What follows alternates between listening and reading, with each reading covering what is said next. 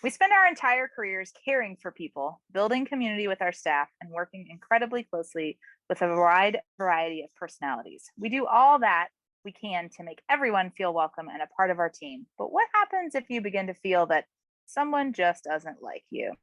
We know it seems ridiculous since you are all amazing camp folks, but it happens. What can we do about it? Let's chat.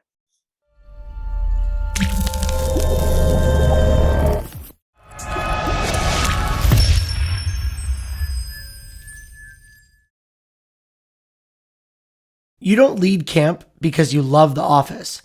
Ultra Camp has everything you need to manage your program so you can spend more time doing what you love. Manage staff, register campers, take payments, and direct communication all in one place. Welcome to Camp Code, a podcast brought to you by Go Camp Pro. We have seen a lot of changes in our industry over the last 10 years since our podcasting adventure first began. The landscape certainly looks very different as we head into the 2023 camp season. And yet the importance of well thought out staff training remains the same.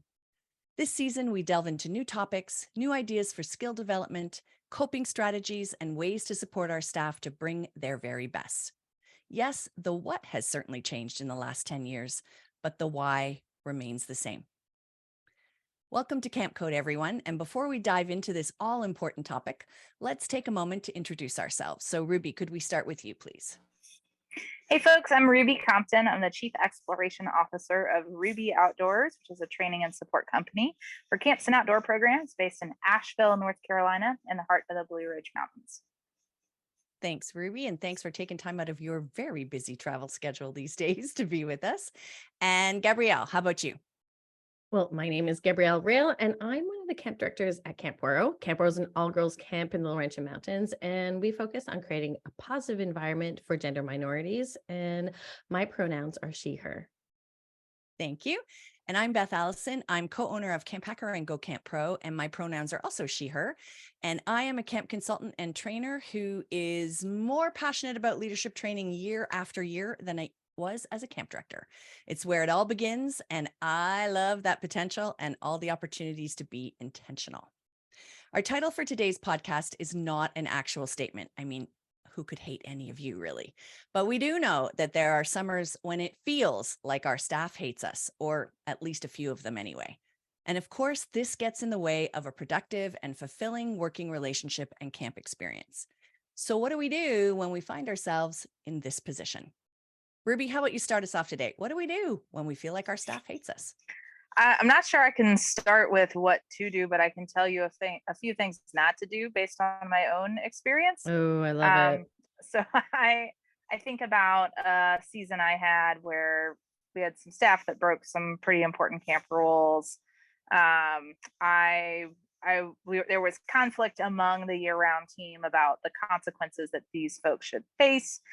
And one of the ways that I managed that was I ended up talking to staff members who were not involved in the situation, who were my age-ish.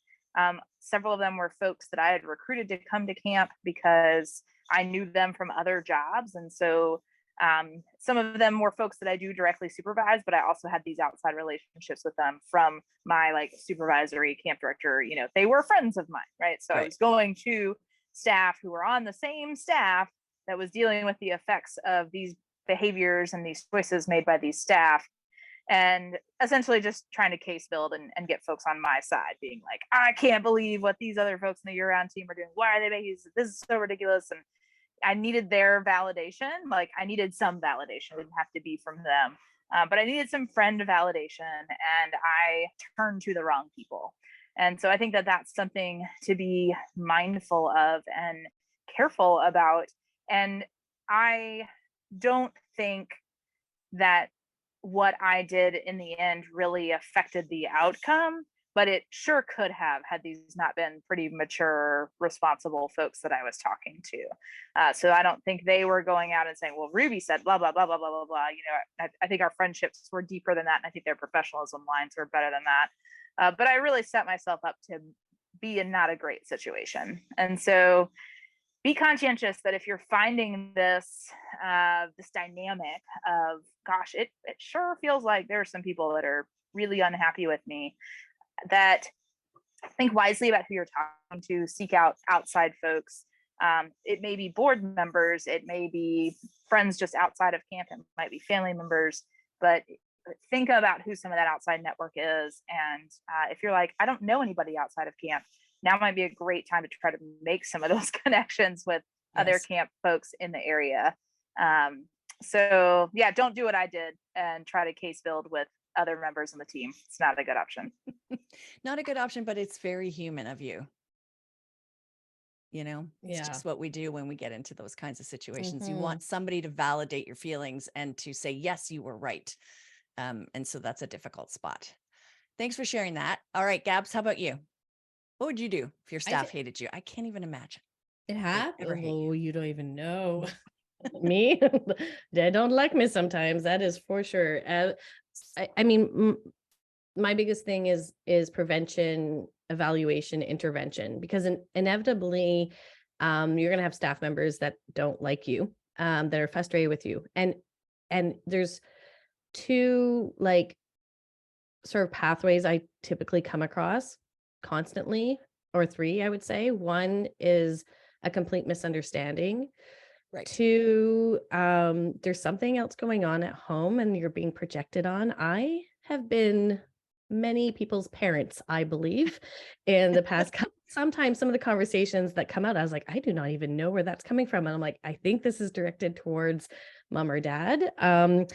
And three, they're just frustrated with maybe something I've decided and they don't agree with it.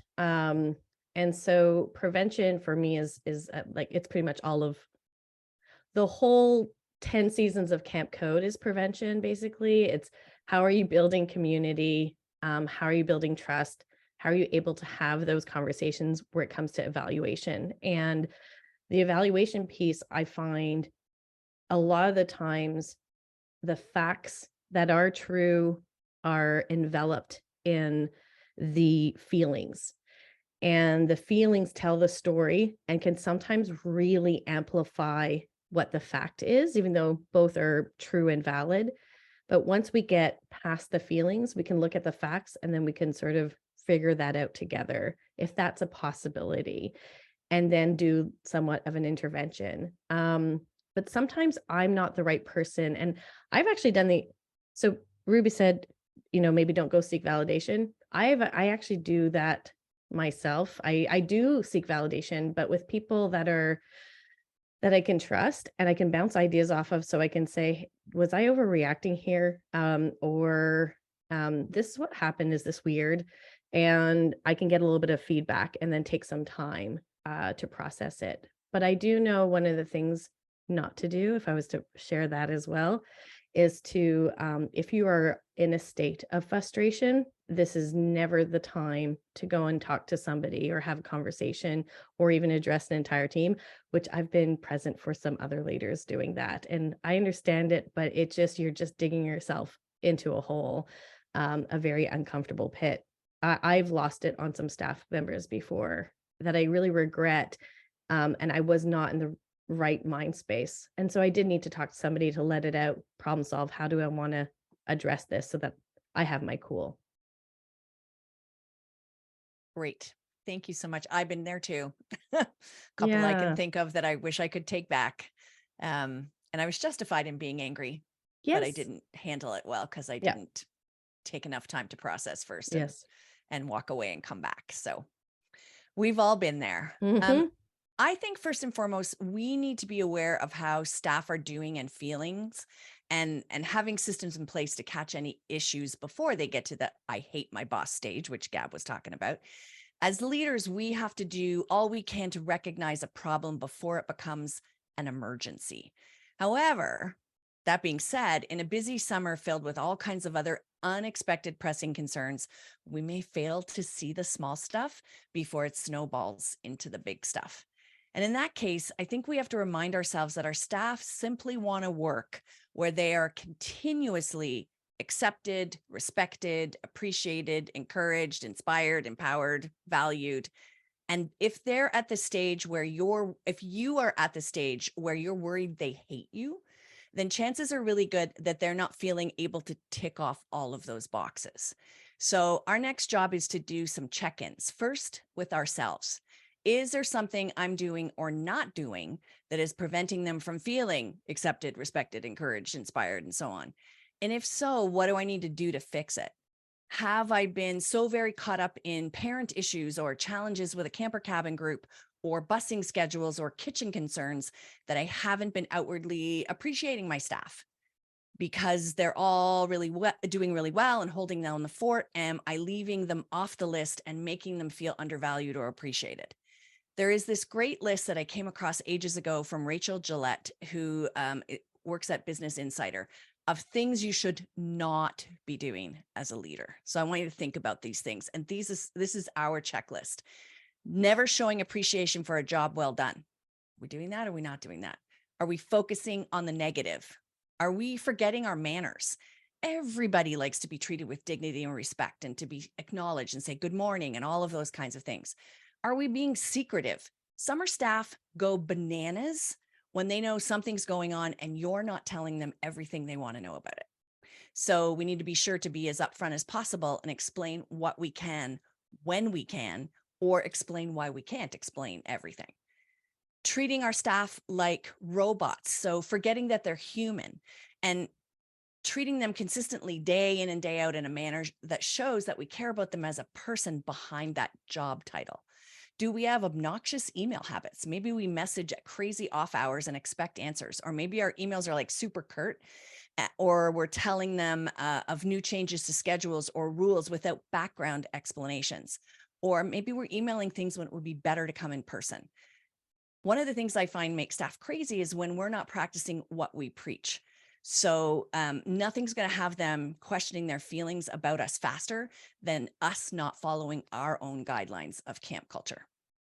We have to be careful not to be overtly cliquey.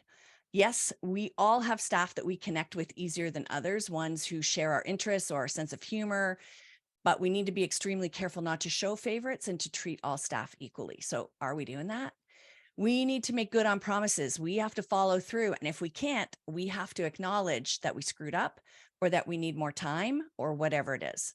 We can't be distracted during meetings with our staff. We have to give them our full attention during meetings. So no cell phones, no talking when somebody else is, even if it's incredibly important, because staff will feel like they're not a priority. So have those messages wait until you're done. Being unpredictable is something we want to avoid as directors. After getting to know you during staff training and learning from you and living your camp culture, staff should pretty much be able to predict exactly how you will act under any circumstance. Somebody's made a mistake, for example, but they know that they can come to you and fess up because you've made it clear that you value making mistakes and learning from them. We have to be careful not to be oblivious. We cannot be everywhere at once, but that's what we have leadership team members for. So we want to be sure to do check-ins and make sure they're happening so that we're aware of any issues that could be percolating. We have to be careful not to be uncommunicative. Again, upfront, honest, sharing your feelings, share your reasoning behind decisions. Staff get wind of changes before you've had a chance to tell them, and they feel left out, unimportant, or unworthy of your trust. And finally, we want to be careful not to micromanage. We work really hard to hire people that we trust, and we need to give them a chance, and we need to show them that we trust them, and we need to tell them that we trust them. So those are kind of the things not to do. So what can you do? I think it's getting real about your hopes and expectations. While yes, it's a fundamental human need to be liked, being the manager or the director is not a popularity contest. So we have to remember that. The thing that I had to remember when I was directing was not to interpret debate and pushback as dislike or hatred. So we need the best ideas to create the best energy. And we also need bad news early so we can make improvements. So just because somebody's debating with you or pushing back on issues, it doesn't mean they necessarily dislike you. And we need to be accountable, not necessarily, not just them. It's likely you, and you can only control that. So what can I do better to connect, to give this team member what they need to succeed? So we need to be accountable for that. Empathy is always really important, putting ourselves in their shoes. They may be really concerned but unable to articulate those feelings. So Are you approachable? Do you care about your staff? Are you fair? Do you provide feedback and praise? Great. We can't overreact, which was one of my biggest hurdles. We can't question our assumptions. So we need to question our assumptions. Sorry, why do you believe that somebody dislikes you or hates you? There could be other things going on in their lives, as Gab said, that have nothing to do with you at all. So try not to take it personally, which is my second biggest hurdle. Having a heart-to-heart with that staff member, of course, respecting cultural differences, because those could be something we need to work on so we really understand each other better. And identifying those personality differences. Some people just don't click the way others do. So the kind of things that you can think about. While it's not our job to be liked by our staff, it's important to set staff members up for success and to support them in their work, because those who repeatedly fail to do that are going to lose employees' respect. So check in with yourself before you go anywhere else. That's step one for me. All right, we're going to stop for a break to hear from our sponsor. And when we come back, we're going to share more ideas on how to help when we think the staff might not like us. Exclusive to Camp Code listeners, discover the 10 best marketing tools and tips for camps by visiting ultracampmanagement.com/campcode and download UltraCamp's free guide, The Marketing Toolbox. Do you remember why you chose to get into the camping world? UltraCamp knows it wasn't because you loved paperwork. That's why they built a platform that's as flexible and affordable as it is powerful, so that you can keep your program moving forward. They offer pricing that is transparent and flexible, and it means that you can rest easy and focus on what's important, your campers. They have low minimum entry, clear pricing with no hidden costs, flexible payment terms, and no long-term contracts. UltraCamp's goal is to help their clients spend less time in the office and more time doing what they love. Want to know if UltraCamp is the right fit for you? They offer free customized demo sessions so you can see their software in action. Sign up at ultracampmanagement.com/campcode. And we're back. All right, Ruby, what else have you got? What do you do or not do when you think your staff hates you? All right, I know that you are going to get into your step 2, Beth, and I want to add to a lot of what you were saying. Brought up a recent episode of Below Deck that I watched, and there's one day I'm going to give a conference session about what we can learn from Below Deck, because you're talking about seasonal employees. I'm pretty sure this is not the first podcast either where I brought it up, but anyway, so there's been turmoil on the staff this particular season. That's every season. This is a season where the main captain, who's usually on this show, had to leave for health reasons. Another captain kind of came in and stood in his place. And then over the time that she was there, she ended up having to fire a couple of employees, and there was just drama, like reality show drama, as you would expect. And so she decided that her team, after losing a couple folks, whatever, needed to do a team building day, and they were going to go play beach volleyball. And so love this. We're going to kind of reset. We're going to play a little bit. However, one of the staff members had injured his toe, and so he wasn't able to play. And she kind of took it very personally that he had been told by the medic, like, no, you should not play in the sand, and hadn't really communicated that information very well. But and then it's like, again, more reality show drama. But all that to say, I think when you're looking at one of these situations where you're like, wow, I need to reset, or I need to kind of reestablish that level of trust and respect, and get folks to get to a place where we can have this foundation for a good working relationship. And sometimes you are rebuilding that, to really consider what the needs of the staff are. So yes, check in with yourself and figure it out. But what you need and what you're capable of giving, and where you're struggling, that's important. That's very important. It's the first step. But next thing is to also really pay attention to what are the needs of the staff. 100%. And I've had situations where we had essentially reality show drama that happened at my camp.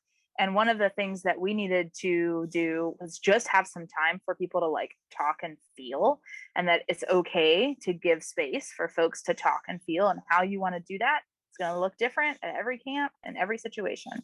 But that was something that I realized, our staff were holding in a lot of emotions and seeking out folks to go talk to, and some of that energy is getting directed towards admin and how we're handling the situation.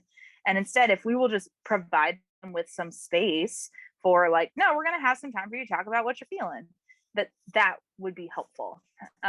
So I think just start there. Like if you're seeing this conflict or these feelings, it once again goes back to just classic behavior management that we teach about campers, is that there's probably an unmet need. And is there a way to meet that need that is reasonable for you to accommodate or you to facilitate? And sometimes it's not. Like, also don't take ownership of that if it's not something you can fix. And helping staff realize too sometimes that, like, man, you're really miserable here, and it has nothing to do with me. It just has to do with, this is not the right fit at the right time right now in your life, and that's okay. So sometimes being able to provide some space for reflection and thinking about how you do that, and really thinking about what are the needs of your staff members. And I think the caveat to that is, don't assume. We think we know, and that's Right. where if you can go to some of those trusted staff members and kind of say, hey, what's going on? Like, what's the pulse? What's the vibe?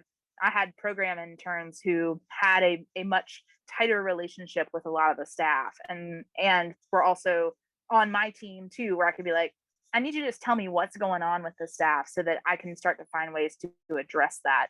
And it's not that you're telling on anyone, it's that there's stuff going on they're never going to tell to my face. It doesn't matter how much they trust me. So help me understand how I can find those needs and meet them for them. Great. Wise words. Thank you. All right, Gab, what about you? For me, I think when we're looking at staff hate me, there again, like, perspective is super important. Is this one staff member? Is this two staff members? Is it half your staff? Is it your entire team? Because how you approach that's can look very, very differently. For me, what's important through a summer is that my staff members have a tether to a leadership team member, and it doesn't have to be me. So if they're not like, Gab's the most amazing camp director in the world, if they're not like that, I'm okay. As long as they're tethered to a leadership team member, and that leadership team member can give them the feedback, can check in with them, that staff member feels trust and all that. And so it gives me a little bit of slack to just naturally build my relationship with that person. Sometimes it's at a distance, and sometimes it's just, hap chance that we're working together at one point at kayaking. I know the people that do the schedule, but they don't always know I do that. So, I can take my time with it, and it's okay. If certain staff members don't even have a tether to leadership team, then for me, that's really concerning, because that means two things. One, they're unsafe, and our campers are unsafe, because they might not come forward with information that's really necessary. They might be distracted by other things, and they're clearly not, things aren't going well. Whether they are having a good time or not, that's besides the point.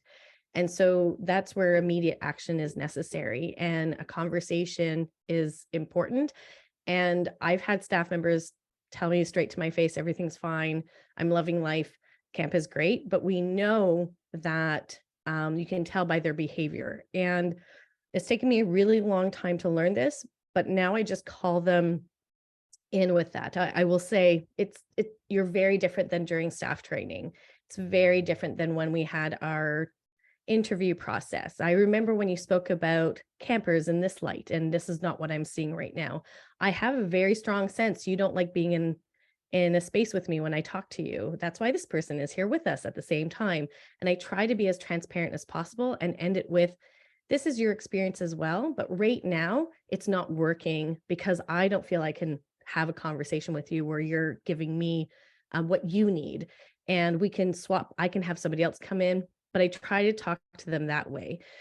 If it's a larger group, if it's like multiple staff, or it's sort of like a communal, I'm angry at camp, I'm angry at the director type thing. If I've had, and I've talked about this on the podcast, but I've essentially been very transparent, taken the whole staff, divide them into groups, and ask them to talk about certain things on camp that they're frustrated with, and I give them areas, the staff lounge, programming, different times of day. So they can focus maybe some of their frustration and they create a list.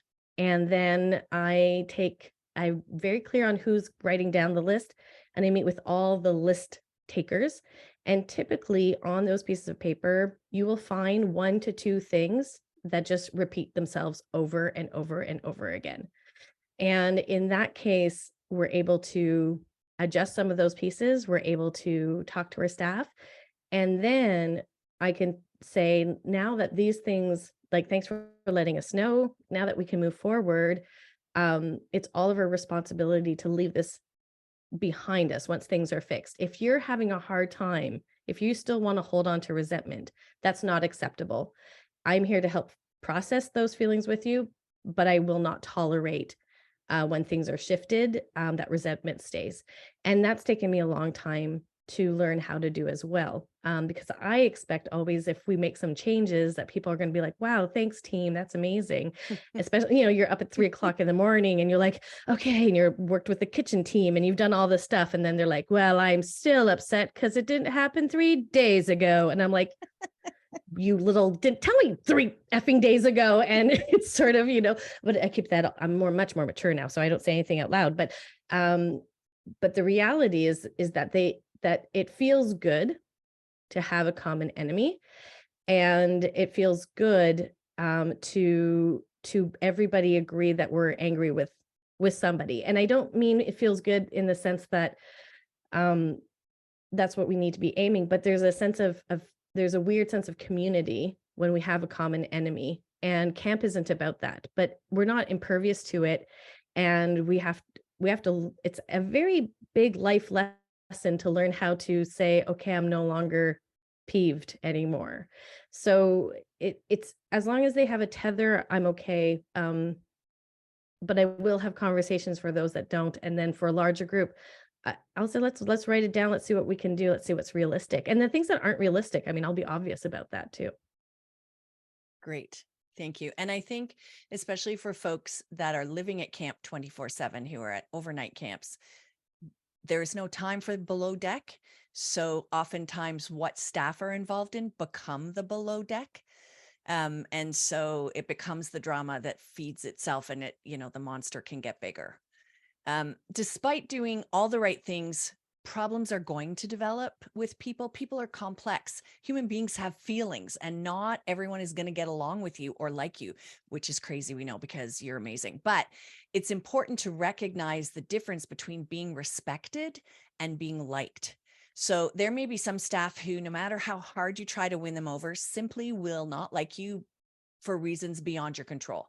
So ultimately focus first and foremost on earning the respect of all of your staff, which I think is something you have far greater control over. And if they like you on top of that, consider it a bonus. So how do you deal with disrespectful employees? For me, it's remaining calm when I'm facing that disrespect. When someone's being disrespectful, it's tempting to react with anger in the heat of the moment. So trying to remain calm, listening, like truly listening, providing that clear feedback, documenting incidents if you need to, being consistent. That's really key for me.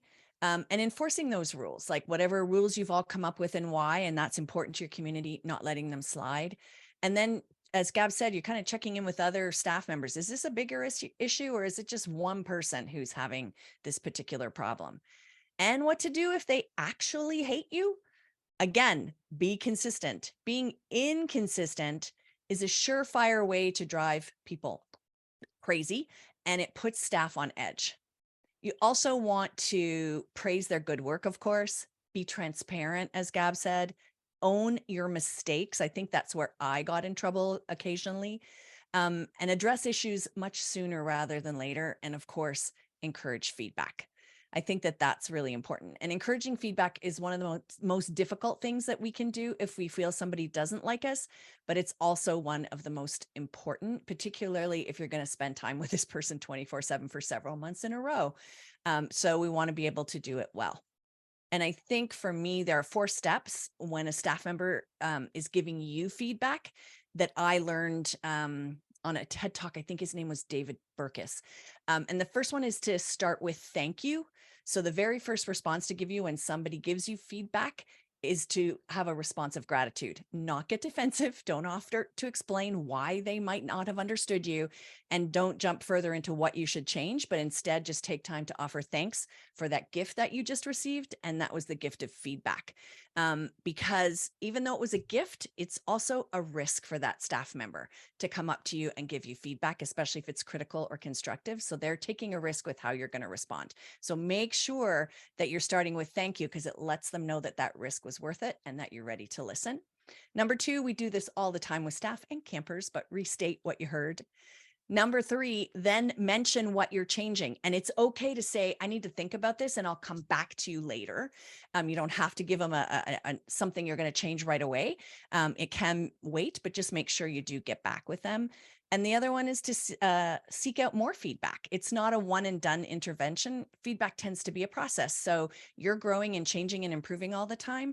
And to do that, you need more feedback. So you want to create that habit of seeking out more feedback. So after you've gone back to that staff and said, here's what I'm going to change, do you want to set a date just to reevaluate how change is going? Those kinds of things. Feedback's that ongoing process, and it may be difficult that first or second time you're in a feedback conversation to meaningfully hit all those 4 steps, but it will get easier over time. So for me, it's just remembering your staff have those basic needs to be seen and feel safe and understood and heard and so on. And people, when they feel safe enough to raise their hands and say, I made a mistake or I need some help, it just shows that the leader has created an environment where people feel safe to be themselves. Ruby, I think you have one more point for us. Yeah, so I feel like we've talked a lot about, the staff bringing up concerns and whatever else. I want you to consider that if you're feeling animosity from your staff, you might be wrong. Like, that is also something to consider. And I think I've most recently seen that at a camp, a single gender camp that is really struggling with what do we do about folks who are trans, folks who are using they, them pronouns, like where do we go with that? And I'll say that I think one of the owners really found some animosity and pushback from their staff because of how that particular owner was suggesting the response was going to be. And the staff just essentially were like, yeah, no, we're not accepting that. And I don't think they're wrong. So I think that that's something to consider is you may not be wrong, but like put yourself in those shoes and say, well, what if really I'm actually not on the right side of history on this? Or what if I'm just really missing something? Because there is that possibility too. And I have certainly been wrong at times when I've been in leadership, and my staff told me so. And it's kind of a tough pill to swallow, but it's good for us going forward to be able to adjust and go forward. Great. Thank you very much. And now that rolls us right into Gabrielle's recap. This sleep. Guess what? Preventions all have just what? Preventions, we're just going to name things in preventions that start with P. Why not? Let's do that. So before, anything starts happening, these are a couple of things you can do and maybe tell your leadership to keep in mind as well. Let's practice being polite, practice what we preach. Pack, treat everyone in your pack fairly and equally. They can smell when you're not being fair or you're favoring other people. Keep your promises, pay attention, be predictable, keep your thumb on the pulse. These are all preventative measures that you can take. But what if it happens? You're like, staff hate me. Wait. We have to first go to evaluation. I can't tell you how many people are like, people hate me, I'm going to go right to intervention. No. We have to evaluate. And when we're evaluating, we want to really check if the animosity is real. We want to truly listen. We want to assess if this is something that's a misunderstanding or if there's something else that's happening at home. But we want to evaluate the situation. Is it really one person or is it, a lot of people? We don't know. And then after that intervention, listen, it's not a one and done. I heard you. Here's a sticker. No, you're going to have to check back in, see how it's going, has a little bit of follow-up. Make sure that you're actually leading with empathy. And this is difficult for a lot of us, but we do have to own our mistakes, and that's going to go a long, long way. Remember, camp is complicated. And at the center of all of this, before you start checking in with your staff, check in with yourself first, see what you need. That's going to make it easier to check in with what they need. Thanks, Gab. Brilliant. You can also fire people. There we go. We didn't talk about that piece, did we? We didn't, but I'm putting it so in. real. Well, asterisk there. Well, we have talked about that before, so check back on previous episodes. Yes. All right. Thank you so much. So how can you get involved? Well, you can tell us your thoughts on this episode or any other by using the hashtag CampCode. You can also let us know any topics you would like us to discuss or guests you recommend we have on the show. And even though we're rounding out season 10, there will be time for next year. So get those tips into us. We would love to hear from you. We are all about sharing in this industry. And if you found our podcast to be useful, we would love it if you could leave us a rating and review in your podcasting app. And here is how you can contact each one of us individually if you would like to. Ruby. You can email me, Ruby at rubyoutdoors.com. Check out what I do, rubyoutdoors.com, or find me on Instagram at rubyoutdoors. There's a lot of outdoor things going on there. Thank you. And Gabrielle, how can they reach you? You can check out where I work at waro.com, ouareau.com, or you can get in touch with me at info@waro.com. Thank you. You can reach me, Beth, at gocamp.pro, or on Twitter at Topaz, or on Instagram, Topaz_Faye, F-A-E. For our next podcast, things I can do before camp to put me in the right headspace. And I think we probably all could use a little bit of that right about now. Our final segment on each podcast is a best practice for leadership training. And again, we'd love to hear from you some of your memorable moments or your most effective tips. And you can tell us using that hashtag CampCode. This week, our best practice comes from Ruby. I used to tell my staff that one of my personal and professional goals was to be the best boss that they've ever had, and that they may not feel it during the summer. In fact, there might actually be times during the summer where they are quite angry with me. And that's very normal because I have a responsibility to not only watch out for their well-being and their health and safety, but also the well-being of camp and the business and the organization that it is. And sometimes those needs are in conflict. And I welcome discussion about it. And sometimes I'm going to tell you, you just have to do this thing because I'm your boss and that's what you have to do. And you're not going to be very happy with me. And what I hope you will understand is that this is all in service of working towards being the best boss you've ever had, that I will try to otherwise build up time and respect and relationships and give you the things that you need and the tools you need to lead you to meeting your professional goals. But part of being an employee is sometimes you don't like your boss, and that's super normal. And what you do with that shows your professionalism. And at camp, we have some unique ways to address that stuff that aren't always the same ways that we would utilize in other organizations and companies. So yeah, my best practice is I would tell staff I was striving to be their best boss ever. And don't do that unless you actually are striving for that. If you're like, I just want to be a good enough boss, that's cool. Maybe don't tell them that. But I do think it's very okay to tell your staff, there are going to be times you're going to be upset with me. Here are the ways that I would like for you to express that to me. Here are the things that we can do, and recognize sometimes we are just going to be in conflict, and that's okay. It doesn't mean that I like you any less as a person. It's just part of the nature of work. Thanks, Ruby. So shockingly, front load your expectations. CampCode is part of the Go Camp Pro podcast network, and you can check out all our other podcasts at gocamp.pro/podcasts. We have 7 in all, each with a different focus, so we can help as many camp folks as possible. So check them out. There's some brilliant wisdom in there for you. From all of us here at CampCode, thanks for the listening, friends.